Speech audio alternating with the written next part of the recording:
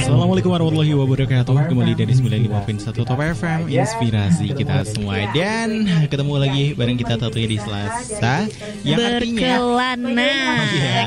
Dan sekarang kita kedatangan lagi ada Kakak Andre. Biasanya kita kan panggilnya Kakak ya, tapi ini kayaknya rada kayak mirip selatan-selatan gitu kan. Kita panggil Opa gimana? Opa. Iya, Opa Andre gitu ya.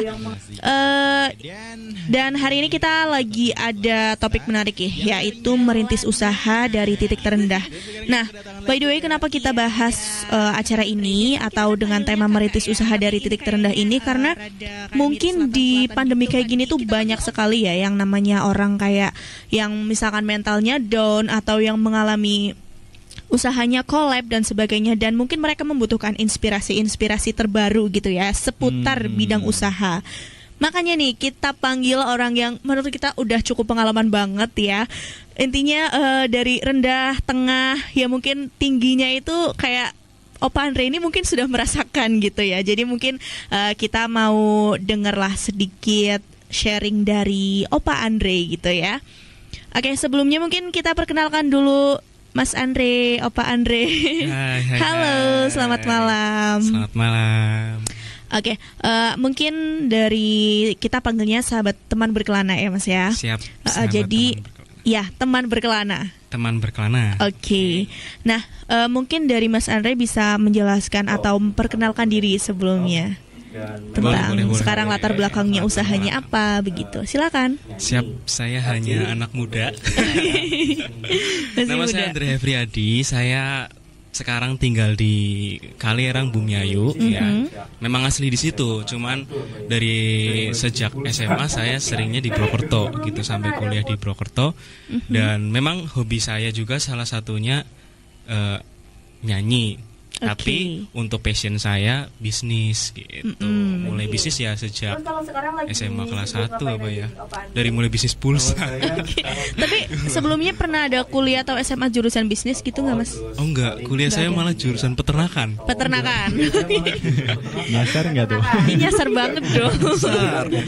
Oke. Terus kalau sekarang lagi sibuk ngapain aja nih Opa Andre? Kalau saya sekarang lagi sibuk ngurusin toko yang jelas. Toko, terus paling hobinya ya badminton, kalau nggak nyanyi gitu aja. Seperti remaja pada umumnya ya, dewasa, sorry. Sekarang udah tua sih. Oke. By the way, kenapa nih kalau dari Opa Andre sendiri ya, kenapa lebih memilih untuk menekuni bidang kuliner gitu? Kayak misalkan kalau anak muda kan biasanya mungkin lebih tertarik ke apa ya, semacam bidang-bidang kayak IT atau marketplace kayak gitu ya. Kalau Opa Andre kenapa lebih memilih terjun di bidang kuliner? Sebenarnya bisnis apapun juga itu baik ya, kalau kita kelola dengan baik. Tapi dari yang aku amati, apalagi aku kuliah di peternakan itu, setelah aku analisis, ternyata nanti di ekor saya return of apa ya, pokoknya itulah ROI, return of investment.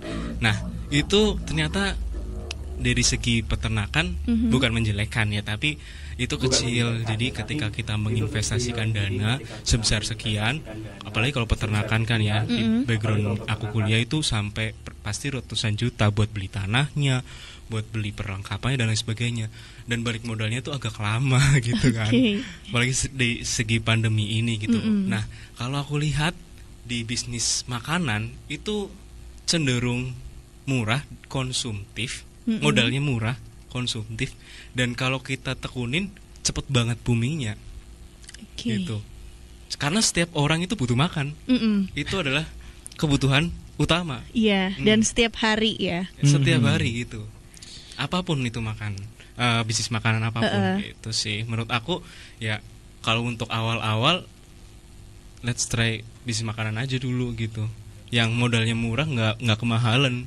Kalau belum ada banyak pengalaman gitu. Kecuali ada mentor yang di bidang itu yang bisa mementorin bisnis itu sih nggak masalah. Oke, by the way boleh diceritain nggak Mas tentang pertama kali mungkin ya dari Mas Andre ini memulai bisnis begitu ya? Kalau misalkan kayak jualan pulsa, kayak siapa sih ya anak sekolah yang kayaknya hampir semuanya udah pernah jualan pulsa gitu ya, dan mengalami apa sih ya cuannya nggak ada. Jadi tuh kita tuh nggak pernah kerasa, terus tiba-tiba tuh modal hilang, apalagi apa ya namanya kayak pendapatan gitu kan. Nah kalau Mas Andres sendiri nih awalnya gimana sih memulai bisnisnya gitu? Ya mungkin karena dari backgroundnya aku dari kecil ketemunya toko ya, jadi sukanya emang jualan. Tapi dari kecil sampai SMP tuh aku nggak boleh jualan sebenarnya. Setelah SMA, dari uang sakunya aku kan nggak cukup nih, aku pengen beli ini itu kan. Aduh, aku pengen beli handphone yang lebih bagus, aku pengen makan di sini, tapi uang jajannya nggak cukup. Nah aku muter otak tuh, bisnis apa ya yang gampang waktu saat SMA gitu kan. Ini awal-awal nih aku bisnis, ya bisnis pulsa. Tapi kan saingannya banyak banget. Nah, ini aku cerita di kelas itu udah ada 5 orang yang jualan pulsa. Tapi dalam waktu 3-4 bulan semuanya nggak jualan lagi, jadi aku yang jualan. Itu ada triknya. Oke, terakhir Mas Andre yang jualan ya. Iya gitu loh. Ini mudah, bukan mudah sih ya, maksudnya kalau kita lakuin ini benar-benar powerful. Yang pertama itu apapun bisnisnya, nggak cuma bisnis pulsa ya. Kita kan buka bisnis banyak banget saingan, apalagi kalau makanan. Nah ini salah satu contohnya bisnis pulsa dulu. Aku masuk tuh di market yang udah ada saingannya banyak gitu kan. Ini masih SMA, aku baru tahunya itu gitu, belum banyak pengalaman. Tapi aku coba dari googling internet. Nah ternyata salahnya gini, kita menambah nilai plus produk kita. Contoh ya, kalau yang lain boleh ngutang, kita boleh ngutang tapi fast respon. Ya kan, kadang-kadang orang butuh pulsa tengah malam nggak fast respon. Waktu itu aku fast respon. Terus kalau yang lain nggak ada giveaway-nya, aku ada giveaway. Gila nggak? Waktu itu ada giveaway coy. Anak SMA jual pulsa terus ada giveaway-nya. Giveaway apa waktu itu Mas Andre? Gini, kalau tiap bulan transaksi terbanyak itu akan dapat pulsa 5.000. Padahal omsetnya lumayan gitu, keuntungannya lebih dari 5.000. Itu otomatis kita nggak menjatuhkan orang lain, ya, bisnis orang lain yang sama dengan cara bilang gini, oh itu mah jualan pulsa, itu mah lelet. Enggak, aku nggak pernah bilang gitu. Aku nggak pernah menjatuhkan saingannya aku, tapi aku menambah nilai plus dari produknya aku. Ya kan, jadi aku berikan reward gitu kan. Terus setiap ada orang yang ulang tahun dikasih lah itu 5.000 aja. Makanya itu satu kelas itu cerdas sih. Jadi beli pulsa ke aku semua. Yang lainnya nggak ada omsetnya. Makanya itu, jadi kita tuh harus pintar-pintar mengetahui produk kita itu apa, keuntungannya gimana, return of investmentnya gimana, dan sebagainya gitulah. Jadi kita bisa nembak nih, tidak dengan cara menjatuhkan orang lain, tapi dengan meningkatkan kualitasnya kita gitu. Wah, anak SMA loh Ki, udah bisa mikir sejauh itu. Aduh. Oke, jadi ini buat teman berkelana di luar sana ya, dan juga sobat mania ya Ki ya, barangkali yang lagi memulai bisnis atau punya bisnis baru sejak pandemi ini bisa banget nih masukan yang keren banget. Jangan lupa untuk menambah nilai jual dagangannya gitu ya. Nggak cuma nge-share doang, tapi kalau misalkan itu nggak ada sesuatunya, nggak ada somethingnya ya Mas ya, itu ya sama aja kayak yang lain. Maksudnya lu harus kasih alasan kenapa kita harus beli sesuatu itu ke lu gitu ya Mas ya. Betul banget. Oke, itu SMA ya. Terus selanjutnya berarti kuliah. Di kuliah juga sempat bisnis juga? Iya, di kuliah sempat Jadi itu aku bisnis terus tuh. Okay. Jadi passionnya emang bisnis gitu. Terus aku sempat marketing di multi level gitu dulu. Jadinya agak sedikit cerewet nih gitu. Jadi bisa ngomong kayak gini. Padahal dulu SMP aku nggak bisa ngomong di depan banyak orang gitu. Tapi mungkin karena terlatihnya di situ kan ya, harus ketemu orang buat prospek gitu kan. Walaupun banyak ditolak gitu kan. Mungkin stigma multi level marketing dulu sangat negatif. Kalau aku pribadi gitu. Tapi di situ aku banyak belajar tentang bagaimana kita memasarkan produk itu gitu loh. Jadi sampai kuliah aku ngerjain bisnis itu kan, sambil bisnis pulsa juga gitu. Dan aku rasa MLM yang satu ini kurang menjanjikan nih ke depannya nih. Jadi aku harus switch ke bisnis yang baru. Nah, di situ awal mula berdirinya Doraya Crot itu nih brandnya aku dulu yang bisnis aku dulu yang kuliner juga kuliner juga teman-teman semua. Nah, Dorayaki itu sebenarnya dorayaki, teman-teman. Dorayaki tapi kecilan yang bisa dimakan banyak orang Indonesia dan nggak seperti dorayaki di sana di Jepang. Tapi aku pakai premix sendiri, pakai racikan sendiri gitu. Dan awal mula bikin itu semester 5-an kalau nggak salah, semester 5 lah. Itu aku harus bikin jam 3:30 pagi. Ngadonin gitu kan. Terus seorang mahasiswa peternakan, seorang cowok jam 5 gitu. bangun. Jam 5 bangun. Tapi peternakan itu praktikumnya sampai jam 2 pagi. Oh iya. Tapi kayaknya jarang deh peternakan yang jam 5 ngolah adonan gitu ya. Kayaknya cuma aku sih gitu. Ada beberapa teman yang sama tapi nggak tahu sekarang itu bisnisnya jalan apa enggak.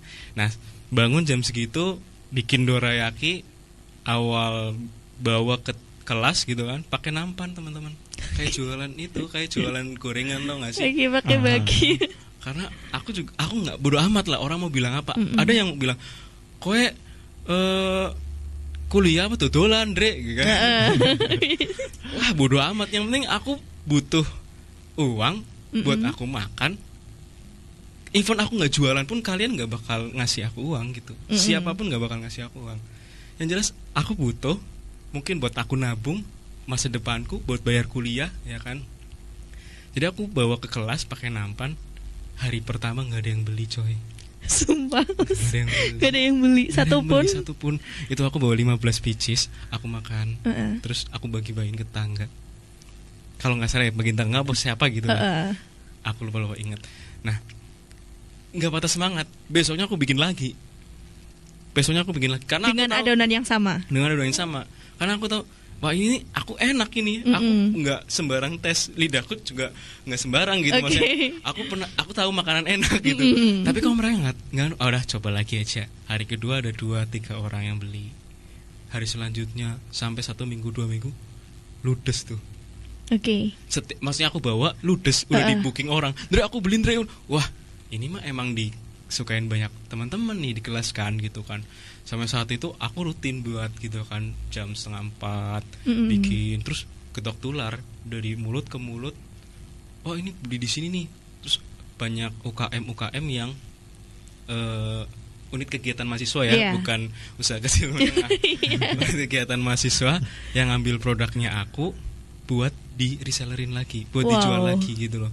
Jadi wah membludak gitu kan. Aku harus bangun lebih awal, jam 2:30, jam 2 gitu. Sampai sehari tuh bisa 400-500 pieces dorayaki. Dari cuman resellerin. 2:30 aku bangun, udak gitu kan. Sampai jam 6:30. Jam 6 aku berangkat. Aku harus ngiderin tuh ke reseller setiap kampus. Ada pertanian, ada ekonomi. Wah, apa aja itu kan. Gitu. Wow, terus akhirnya di situ ngumpulin modal tuh di situ kan. Tapi namanya manusia kan nggak bisa capek terus kan. Makanya aku udah 6 bulan itu aku jatuh sakit. Pas lagi di atas gitu ya. Pas lagi booming. Jatuh sakit. Tapi itu belum nama Doraya Crot loh. Itu baru nama Dorayakinya Andre gitu. Itu udah belum nama Doraya. Belum punya brand ya. Belum punya brand gitu. Terus mau dilanjut nggak nih? Iya dong. Penasaran semester 5 udah jadi supplier, gila nggak sih? Itu memang udah capek banget, tapi di situ ngumpulin modalnya di situ. Jadi dapat dana gitu kan, aku keep, terus sakit, aku memutuskan oke lah rehat dulu. Padahal banyak yang WA kan tiap Mas pesen ini, aduh aku nggak bisa lah, aku lagi sakit, ya kan, nggak bisa ngelanjutin karena di situ aku nggak ngerti manajemen yang baik kan. Aku harus ngerjain sendiri, ya dapat sendiri gitu. Harusnya kan mungkin ada pegawai dan sebagainya. Terus akhirnya aku lanjutin kuliah. Itu vakum tuh bisnis tuh. Aku karena waktu itu aku kerja praktek kan harus pergi ke Bandung selama sebulan di kandang. Di kandang aku peternakan di kandang sapi gitu. Terus setelah itu KKN aku di Bantar Kaung. Mungkin ada teman-teman dari Bantar Kaung yang lihat. Salam. Mungkin ada ibu-ibu bapak-bapak juga ya yang masih ingat sama Mas Andre yang waktu itu mungkin masih unyu. Sekarang unyu. Yes. Oke. Buat Pak Haji Slamet. Pak Haji Slamet di Bantar Kaung. KKN tuh kan. Terus pulang tuh ke Purwokerto. Karena aku nggak ngambil mata kuliah lagi karena udah habis, tinggal skripsi. Iya. Tinggal skripsi. Wah, agak gabut nih. Pengen nih bikin yang kayak kemarin nih. Banyak banget pesanan gitu kan. Akhirnya aku memberanikan diri buka di Unsut di daerah Karangwangkal, di Ahmad Jailani, Jalan Ahmad Jailani. Ngontrak dulu pertama di situ. Namanya apa gitu kan. Aku tanya nih teman sekelas, ini dorayaki, tapi kalau kalian makan tuh lumer. Dulu mungkin ya, sekarang yang bertahan itu pisang leleh. Pernah dengar nggak pisang leleh? Iya. Nah, tahu. Ya kan itu dimakan lumer. Dulu pernah ada nama produk pisang ngencrit gitu. Sungguh aneh-aneh banget, tapi itu bikin viral gitu. Jadi, Dre, kamu harus sesuatu yang viral deh kata teman-teman kan. Apa dong? Dorayaki yang meleleh, apa ya? Dorayacrot. Sensasinya ya. Oke, berarti dimakan crot gitu kan ya. Meleleh gitu kan coklatnya gitu. Ya udah deh. Coba deh aku sewa, buka, sama seperti awal. Karena membuka pasar baru, ya yang beli pasar baru lagi. Iya. Yang lama sudah hilang gitu kan. Makanya ya itu, bisnis itu sebenarnya kalau buka bisnis kita harus punya saving untuk 3 bulan ke depan. Saving dana untuk gaji, untuk biaya operasional. Nggak sekedar aku punya 10 juta, modalnya 10 juta buat bisnis, habis itu jalan aja. Enggak sebenarnya. Itu untuk tingkat yang lanjut ya. Tapi kalau mau bisnis aja, buka aja dulu gitu. Itu untuk kayak studi analisis bisnis gitu. Waktu itu ya aku harus nyari pasar lagi kan buat brand Dorayacrot gitu kan. Habis itu naiklah tuh kan, namanya anak umur 20 tahun gitu kan, punya duit banyak waktu itu. Rame gitu kan tokonya, aku promosiin ke Instagram dan sebagainya. Rame gitu kan Dorayaki. Punya uang, nggak ngerti manajemen yang baik. Jadi asal buka lagi, buka cabang di Rita Supermall lantai 3 dulu, di Kamudahar. Buka cabang lagi di Duku Walu. Terus bikin gerobakan tahu bebe dulu. Wah, ada pokoknya ada 5 outlet. 5 outlet. Umur 20 tahun. Oke. Dan lagi skripsi. Itu kebayang. Pusingnya luar biasa. Dan setelah aku ngerti, ternyata kalau satu bisnis ini belum kita beresin benar-benar, banyak masalah di sini. Lah kalau kita buka lagi, duplikasi sama aja menduplikasi masalah. Makanya satu bisnis harus fokus dikerjain benar-benar sampai autopilot, terbikin sistem, ada manajer dan sebagainya, baru kita buka cabang. Harusnya. Tapi karena dulu aku nggak ngerti, ya kan. Buat teman-teman nih mungkin yang baru buka atau yang lagi booming bisnisnya nih, jangan cepet-cepet buka cabang deh, mending benerin dulu tuh satu bisnis, fokus aja tuh sampai benar-benar autopilot. Kamu tidur, bisnis itu bisa jalan, baru kamu buka cabang baru lagi gitu. Nah aku buka cabang tuh waktu itu, wah salah satu nggak keurus, ada yang dikorupsi, pegawai pegawai ada 15, wah itu nggak keurus. Aku pengennya A, SOP-nya A, ternyata sampai konsumen, loh kayak alot banget dorayaki nih. Wah, tapi kan namanya doraya cerot kan. Jadi quality control of produknya itu nggak terjaga. Gitu. Harus benar-benar gimana ya, manajemen itu harus baik gitu loh. Makanya dari situ lagi skripsi, aku kan kebagi fokusnya gitu kan. Memang aku salah manajemen dulu. Jadinya mulai bangkrut, salah satu di Ritawa bangkrut, di Dukuhalu bangkrut, di Gor bangkrut, Tahu Gerobakan bangkrut, akhirnya tinggal satu yang di Unsut. Yang awal apa? Yang di Karawangkal. Yang awal. Nah itu di situ titik aku mau pendadaran, belum selesai di bangkrut itu kan udah lumayan tuh puluhan juta kalau dihitung-hitung kan. Setelah itu aku ditinggalin cewekku, coba gimana? Ya ampun, pas lagi bangkrut-bangkrutnya terus ditinggalin gitu ya. Termasuk jatuh tertimpa tangga. Iya, termasuk berarti ditinggalin teman-teman juga nggak Mas waktu itu? Karena mungkin udah pada lulus ya, jadi satu persatu lingkupan aku berteman itu cuma itu aja. Tapi the real temen ada lah, yang support gitu kan. Jadi ya itulah titik mungkin ada yang lebih down banget kan. Rasanya tuh nggak ngerti, mungkin ada yang lebih down dari aku ya. Yang jelas waktu itu aku down banget. Rasanya tuh kayak udah hidup ngapain gini sih. Udah bodo amat sama bisnis, aku bodo amat. Aku juga lagi ngurusin pendadaran kan. Mungkin juga ngaruh banget. Lagi ngurusin mau lulus kuliah gitu. Wah bodo amat lah gitu. Sempet down berapa bulan, akhirnya aku lulus kan, lulus kuliah. Terus ya hidup tuh nggak pengen ngapa-ngapain, ngurusin bisnis aja males banget karena kenangan mungkin ya, kenangan bersama yang lalu gitu. Iya termasuk putusnya itu mungkin juga ngaruh banget ya. Bisa jadi karena ke aku mental. Tahu kan, nggak cuma cowok apa cewek, semuanya kalau putus pasti sedih. Iya. Jadi mempengaruhi, apalagi udah bangkrut. Kalau saat itu mungkin aku dikatakan dari 100 jadi 20 gitu. Tinggal satu outlet kan gitu. Berjalanlah itu berapa bulan dengan kegalauan yang gak jelas gitu kan.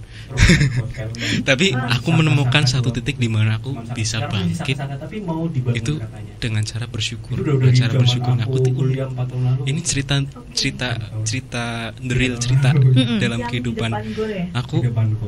Waktu itu aku naik sepeda motor ke daerah Gor Satria, kan Gor Satria Prokerto. Di depan Gor Satria yang gerbang itu kan ada proyek hotel yang cuman saka-saka doang gitu. Cuman saka. Sekarang masih saka-saka tapi mau dibangun katanya sih. Itu udah dari zaman aku kuliah 4 tahun lalu mungkin. 4 tahun lalu. 3 tahun lalu gitu. Yang di depan Gor ya? Di depan Gor, jalan lewat itu. Gila ya ini. Hotel mangkir nggak jadi dibangun, udah ada saka-sakanya, udah ada lantai berapa. Ini orang invest rugi miliaran nih, nggak dibangun-bangun, ya kan? 5 miliaran, gitu kan? Loh dia udah rugi miliaran, aku baru 7, mungkin puluhan juta nih. Dia jauh lebih besar ruginya daripada aku. Jadi even kita rugi sebanyak pun apapun atau masalah kita sebesar apapun ada yang lebih besar. Nah cara aku bersyukur di situ, gila ya, aku mah baru segini ruginya, baru diputusin, dia udah rugi miliaran tuh, ya kan? Beli tanahnya berapa di depan Gor, bangunnya berapa, ya kan? Wah udah lebih pusing daripada aku mungkin. Di situ aku berhenti, ya aku harus bersyukur sih, aku harus bangkit lagi. Nggak boleh gini, kamu tuh masih kecil Ndre. Di segitu tuh kamu taruhnya ya ampun cuma serpihan debu gitu. Makanya oke, aku harus bangkit lagi, tunjukin kalau aku bisa berjuang lagi gitu sih. Kita boleh tepuk tangan nggak? Tepuk tangan buat kalian semua. Oke, berarti setelah itu setelah bangkit berarti Mas Andre waktu itu memulai bisnis baru. Betul, waktu itu aku mulai jalanin lagi dorayaki, terus beberapa bisnis online gitu kan. Cuman ternyata waktu itu aku emang ya udahlah aku pengen ke Jakarta, pengen banget ke Jakarta gitu, karena dari Om ada tawaran, Indra kita ke Jakarta bikin ini gitu kan. Cuman waktu aku mau berangkat, orang tua bilang, Indra pegang aja yang di Bumiayu gitu kan. wah itu aku doa dong ya, gimana nih, harus ke sana apa sini gitu kan, apa harus back to Bumi Ayu gitu kan. Iya. Yeah. Bumi Ayuku tercinta gitu kan. Okay. Wah itu sempat pergumulan juga sih, kayak yang usaha yang tinggal satu Doraya Cerot itu di blok itu udah ya hidup tidak mati tidak gitu. Tahu nggak sih, omsetnya segitu-gitu doang gitu, mau aku dongkrak itu nggak bisa, karena kalau bisnis atau makanan udah nggak disukai banyak orang, susah banget. Harus ganti brand atau inovasi lain gitu loh. Kalau kayak misal sambal ayam, mohon maaf nih, aku sebut brand ya kan, dia kan booming gitu kan, terus dia bikin tenan-tenan baru di Purwokerto, ada nasi goreng apa itu, ada ayam apa, itu kan satu grup sebenarnya, grup. Jadi dia pintar banget itu. Satu CEO ya. Satu CEO harus inovasi. Nah saat itu wah ini mah aku nggak bisa ngandelin dari sini gitu kan, pengen Jakarta. Akhirnya Tuhan kasih jalan, ya aku harus megang Bumi Ayu lah. Nah tokonya di Bumi Ayu. Oke, berarti itu kan toko udah cukup lama ya di Bumi Ayu ya, toko Harum ya namanya toko ya. Harum. Nah itu udah dari tahun berapa kalau Toko Harum berarti Mas? Wah itu aku dari sebelum aku ada. Oke, berarti udah lama.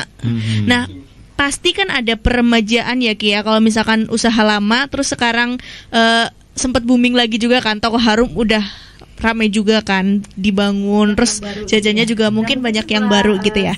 Nah mungkin setelah segmen kali ini kita bakal ngobrol terkait bagaimana sih Mas Andre caranya meningkatkan apa sih kualitas atau meningkatkan apa ya penjualan di Toko Harum gitu ya. Mungkin dari teman-teman banyak juga yang punya produk masker ya yang sekarang lagi booming atau makanan apapun, dan kalian butuh ilmu untuk bagaimana sih kita meningkatkan penjualan dalam hal produk kita sendiri gitu loh.